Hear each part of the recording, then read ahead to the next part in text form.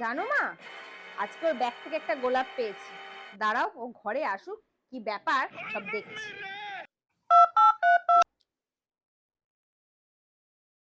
এ ভাই, পাশের বাড়ির পূজা বৌদি যে আমাকে গোলাপটা দিয়েছিল কালকে, ব্যাগ থেকে তোর বৌদি পেয়ে গেছে।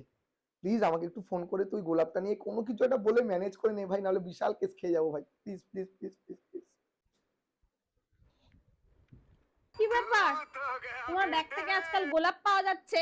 না, মানে ওই আর কি। এরকম করার কি আছে?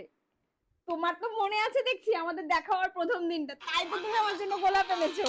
হ্যাঁ, আর তুমি সেই মজাটাই মাটি করে দিলে।